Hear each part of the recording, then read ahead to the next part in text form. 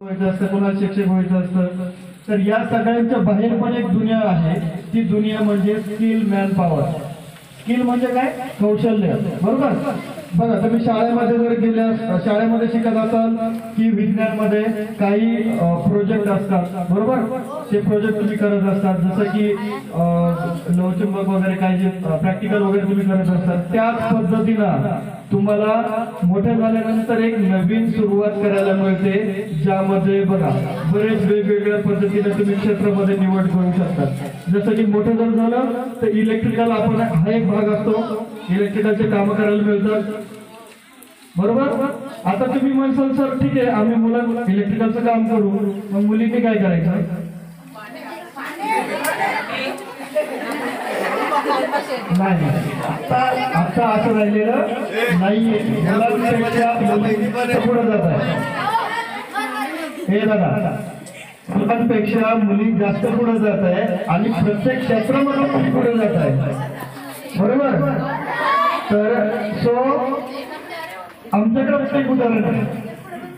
आमच्याकडे पण एक उदाहरण आहे जे आमच्या सोबत आहे. जे नागपूर वरनं इथपर्यंत आले. नागपूर माहिती आहे तुम्हाला? हो. नागपूर मधून एक मुलगी शिकण्यासाठी एकटी आली आहे. एकटी. बरोबर. तर उद्या तुम्हाला पण असंच कुठेतरी बाहेर शिकण्यासाठी जायचं आहे आणि शिकायला गेल्यानंतर तुम्हाला पण असं काहीतरी मोठं जायचं आहे. बरोबर. हे बघा पाठीमागे काय झालं? चर्चा नको आपसात कशाला बोलता रे?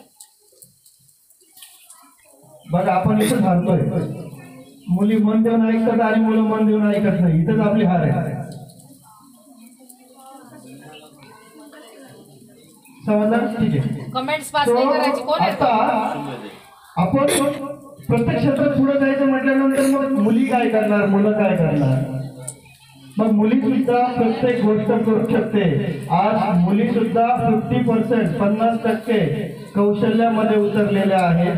प्रत्येक मुलगी काहीतरी कौशल्य तयार करते.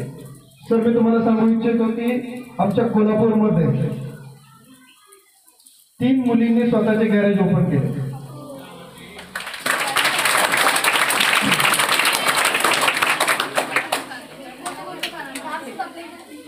जर सपोज मुली स्वतःचे गॅरेज ओपन करू शकतात तर ते चांगल्या पद्धतीने व्यवसाय पण करू शकतात. बरोबर. असं कुठं लिहिलंय का की मुलीने फक्त स्वयंपाकच करायचा, मुलीने फक्त शिलाई मशीनच चालवायची? असं आहे का कुठं? तुम्ही शिकू शकता की नाही? दुसरी गोष्ट अजून एक गोष्ट आहे. एकाच गावातल्या 49 मुली इलेक्ट्रिशियन कोर्स कंप्लीट केला आणि आज 22,000 वरती काम करतात. 49 पैकी 2 वर्षापासून काम करत आहे.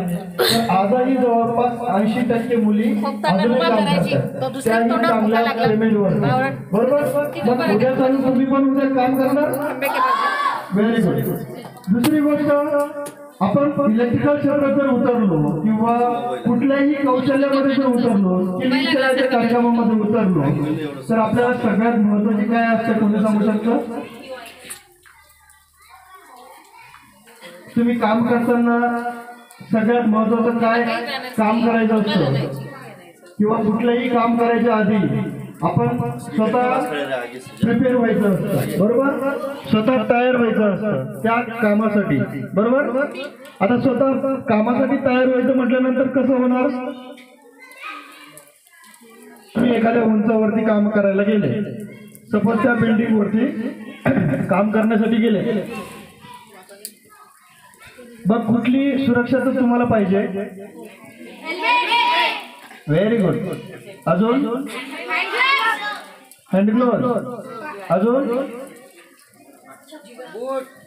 शूज. Safety wire.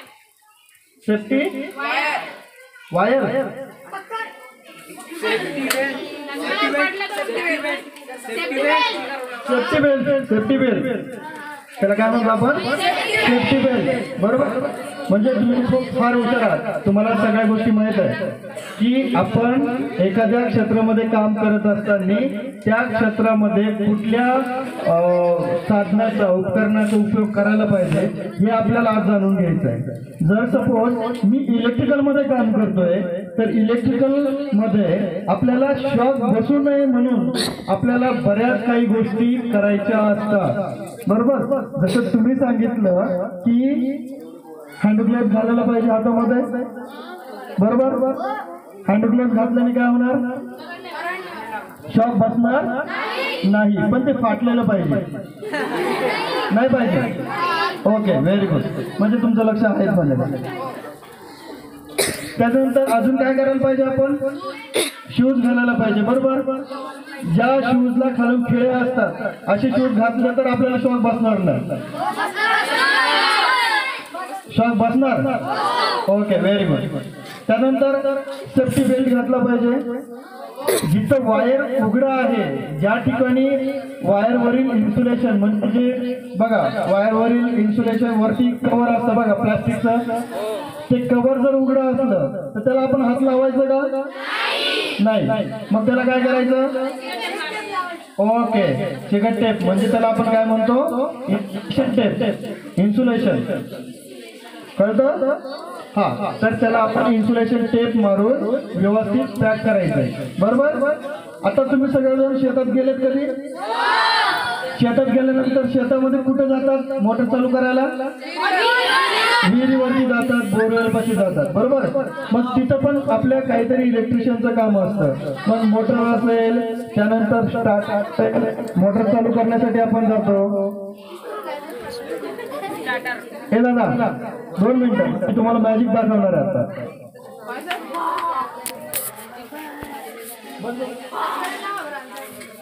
ठीक आहे, बघा आपण शेतात गेल्यानंतर आपल्याला ते पण महत्वाचं आहे की आपण आपली सेफ्टी कशी ठेवायची, बरोबर? कोणी वायरला हात लावणार? हा, वायरला हात लावल्यानंतर काय होणार? करंट बसणार, बरोबर?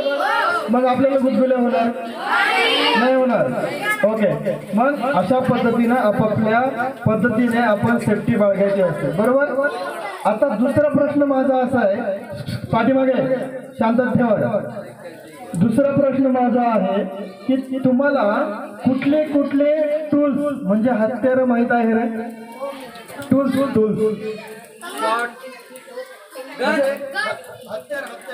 हॅमर, हॅमर, ओके, बघा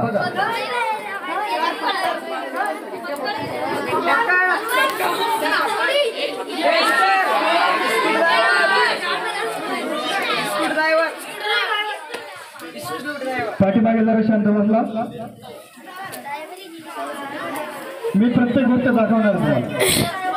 मी ऐका रे दादा, मी प्रत्येक गोष्ट तुम्हाला दाखवणार आहे, मी प्रत्येक गोष्ट तुम्हाला दाखवणार आहे, फक्त तुम्ही शांत बसा, बरोबर? हा, आता हे काय रे? स्क्रू ड्रायव्हर आहे, बरोबर? याचं काय काम असतं? नाही,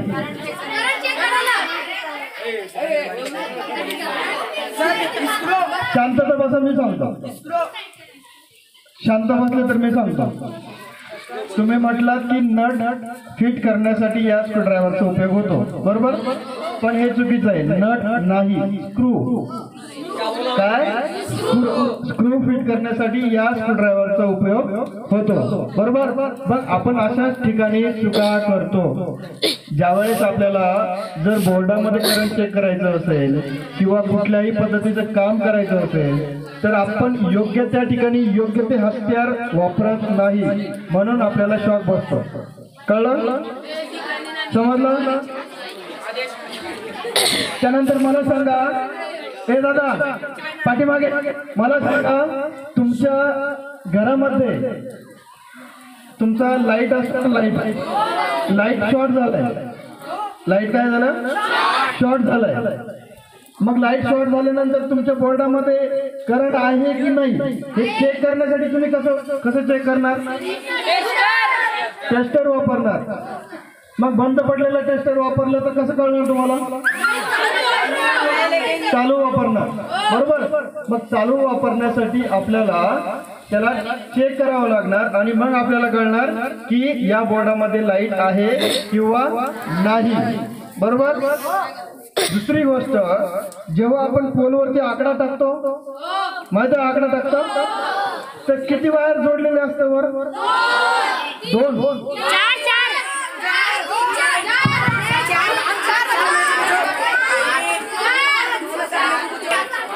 दोन मिनिटं. मी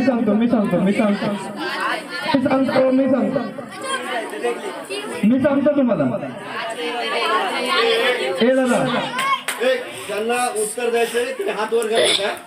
आता जर मध्ये कोणी असे मोगम उत्तर दिले तर फाकलच म्हणून सांगतो, हात वर सभा एक साधी आहे काय? बघा, आपण पोलवरती आकडा टाकतो गावामध्ये, तेव्हा दोन वायर असतात आणि काळं वायर कशासाठी वापरायचं आणि काळी वायर ही न्यूट्रल साठी वापरायची, ज्याला तुम्ही अर्थिंग म्हणतात. अर्थिंग माहिती आहे तुम्हाला? हा, इथं काय दोन गोष्टी शिकायला मिळतात. लाल वायर कशासाठी वापरायची? करंटसाठी. आणि काळी वायर कशासाठी वापरायची? अर्थिंग. म्हणजे त्याला न्यूट्रल म्हटलं जातं. अर्थिंग नाही, न्यूट्रल. या दोन गोष्टी कळाल्या? ओके. काही लोकांचं म्हणणं होतं की 3 वायर असतात, बरोबर. आता यामध्ये दोन गोष्टी आहे. यामध्ये किती गोष्टी आहे? दोन. एक सिंगल फेज आणि एक 3 फेज. बघा, तुमच्या गावामध्ये शक्य आहे 3 फेज लाईट वरती चालते. आपण म्हणतो बघा, शेतात लाईट आली की नाही 3 फेज, बरोबर. तर तिथं 3 वायर वापरले जातात. लाल, पिवळी, निळी अशा 3 वायर तिथं वापरले जातात, बरोबर. ह्या दोन गोष्टी लक्षात ठेवा. ओके, तुम्ही तसं उत्तर बरोबर दिलंय. आता पुढे जाऊया आपण. तुम्हाला काय दिसतं इथं? नाही दिसत आहे, मी दाखवतो, टेन्शन घेऊ नको तू. ए दादा, मी तुम्हाला त्याच्या आधी एक प्रश्न विचारला होता की तुम्हाला असे कुठले कुठले साहित्य माहिती आहे? एकेकाने हातवर करून नाव सांगितलं खूप छान होईल. हो, सांग. टेस्ट साहित्य माहिती तुम्हाला? इथं बघून नाही सांगायचं. पक्कड कसं काय? दादा ऐका ना, ऐका, असं नाही, हात वर करून सांगा, मला बी कळायला पाहिजे ना. Drill machine. ओके, अजून? ग्लाइंडर. व्हेरी गुड दादा. सांग अजून. पाठीमागे कोणाला माहित आहे? ए दीदी, बघा, तुम्हाला कुठल्या कुठल्या वस्तू माहित आहे? नाव सांगायची फक्त. टेस्टर झालं, स्क्रूड्रायव्हर झालं, पकड झाली. अजून काय काय माहित आहे तुम्हाला? बोर्ड. बर, अजून? Drill machine. अजून? Cutter machine. अजून? ठीक आहे. या सगळ्या गोष्टी झालं. फक्त एक काम परत करायचंय तुम्हाला. एकदा एक काम परत करायचंय की सगळ्यांनी सोबत टाळ्या वाजवायच्या.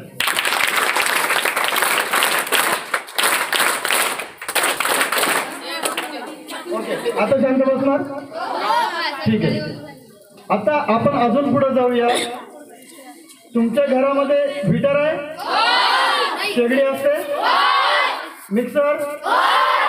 मग तुम्ही मिक्सर सुधारायला दिल्यानंतर तुम्ही सुधारशाल? तुम्हाला मिक्सर सुधारण्यासाठी जर दिलं तर तुम्ही मिक्सर सुधारू शकता का? कसं काय सुधारू शकता? तुम्हाला माहितच नाही त्यामध्ये काय असतं, मग कसं सुधारणार? ठीक आहे. तुमच्या घरात फॅन आहे? फॅन. मग फॅन जर बिघडला तर तुम्ही काय करणार? तुम्हाला दुकानदाराकडे घेऊन जावं लागेल, बरोबर? नाही, दुकानदाराकडे घेऊन गेल्यानंतर फॅन रिपेअर करण्यासाठी किती पैसे घेतात ते? 200, 500, 300 काय असेल ते घेतात, बरोबर? मग उद्या, हे दादा ऐका ना, उद्या तुम्ही जर असे दुकानदार झालात तर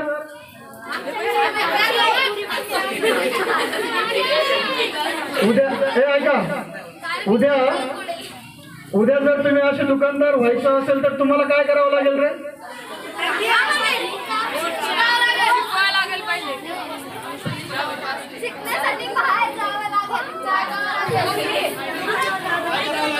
शिकण्यासाठी बाहेर जायला. उद्या तुम्हाला फॅन, मिक्सर, कूलर हे जर रिपेअर करायचं असेल तर तुम्हाला काय करावं लागेल? कोर्स करावा लागेल नाही,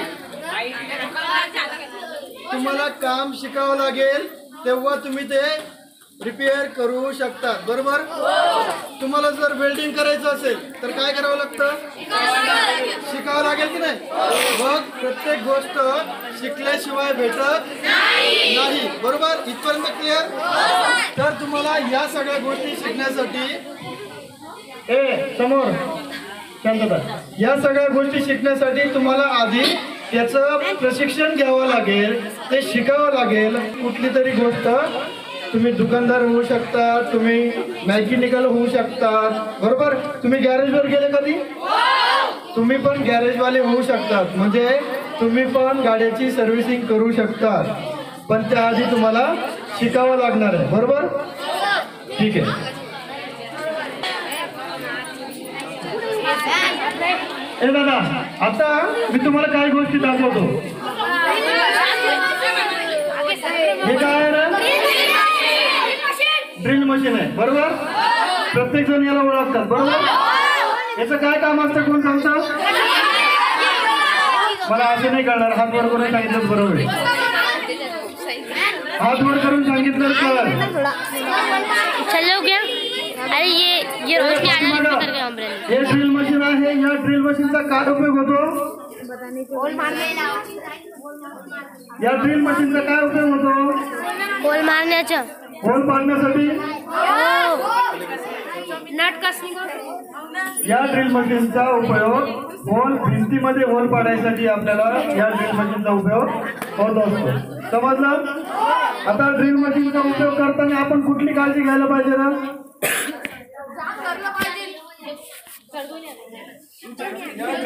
या ड्रिल मशीनचा उपयोग करताना आपण कुठली काळजी घ्यायला पाहिजे?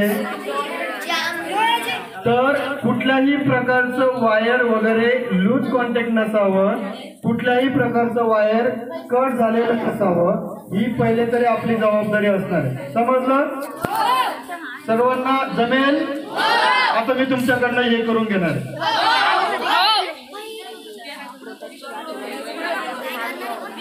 बघा, दिसतंय हे काय? ट्यूब लेवल आहे. Very good. याच्यात त्याच्यासाठी जोरदार काय?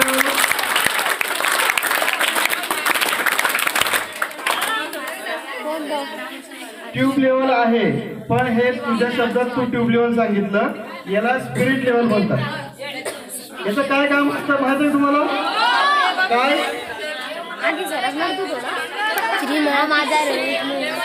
पाठीमाग याचं काय काम असतं? याचं काय काम असतं? लेवल समजते. बरोबर? याने काय होतं? लेवल समजते. मग लेवल कशी समजते? इथं 3 ट्यूब आहेत बघा. इथं काय? 3 ट्यूब आहे आणि त्याच्यामध्ये पाणी आहे आणि त्यामध्ये एक बबल पण आहे. बरोबर? मग हा टेबल लेवल मध्ये आहे की नाही हे समजण्यासाठी आपल्याला या स्पिरिट लेवलचा उपयोग होतो. कळलं? त्यानंतर आता तुम्ही तुमच्या घरामध्ये बोर्ड तर बघितलंच असेल, पण बोर्ड मध्ये खूप साऱ्या पद्धतीच्या वेगवेगळ्या पद्धतीने तुम्हाला नवीन नवीन गोष्टी बघायला मिळतात. समजतं? आता बघा, नवीन जुन्या पद्धतीने जर बघितलं तर तुमच्या घरामध्ये स्क्रू, नट, बोल्ट वाले बोर्ड असणार आहे. बरोबर? त्यांना नट, बोल्ट बसलेले असतात. इतर नवीन तुम्हाला वेगळं काय मिळतं माहिती का? तुम्हाला मॉड्युलर बोर्ड बघायला मिळतो नवीन मध्ये, म्हणजे ज्याला कुठल्याही प्रकारचं स्क्रू नसतात, कुठल्याही प्रकारचा स्क्रू वगैरे बसवण्याची गरज नाही. याला ऑलरेडी खटके असतात, तर ते ऑलरेडी पूर्ण स्क्रू बसवण्यासाठी तुम्हाला ती गरज नाही. स्क्रू बसवण्याची गरज नाही. तर हे तुम्हाला नवीन बघायला मिळतं आणि हे तुमच्या प्रत्येकाच्या घरामध्ये बघायला मिळणार आहे. कळलं? त्यानंतर अजून काय गोष्टी तुम्हाला माहिती आहे? हे दादा, अजून काय गोष्टी माहिती आहे तुम्हाला? पकड माहिती आहे? पकडीचा काय उपयोग होतो मग?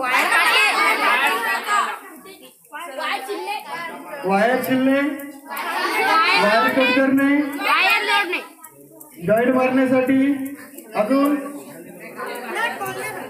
नट खोलणे, नट बसवणे. छोटे छोटे नट असतात ना, ते खोलण्यासाठी, ते बसवण्यासाठी या कॉम्बिनेशन प्लायर असं म्हटलं जातं. त्याला काय म्हटलं जातं? Combination plier. प्लायर म्हणजे काय? पकड. तुमच्या शब्दात म्हटलं तर पकड म्हटलं जातं, बरोबर? त्यानंतर बघा, अजून पुढे जर गेलो तर तुम्ही म्हटले की वायर कट करण्यासाठी पकडीचा उपयोग होतो. मग याचा उपयोग काय होतो?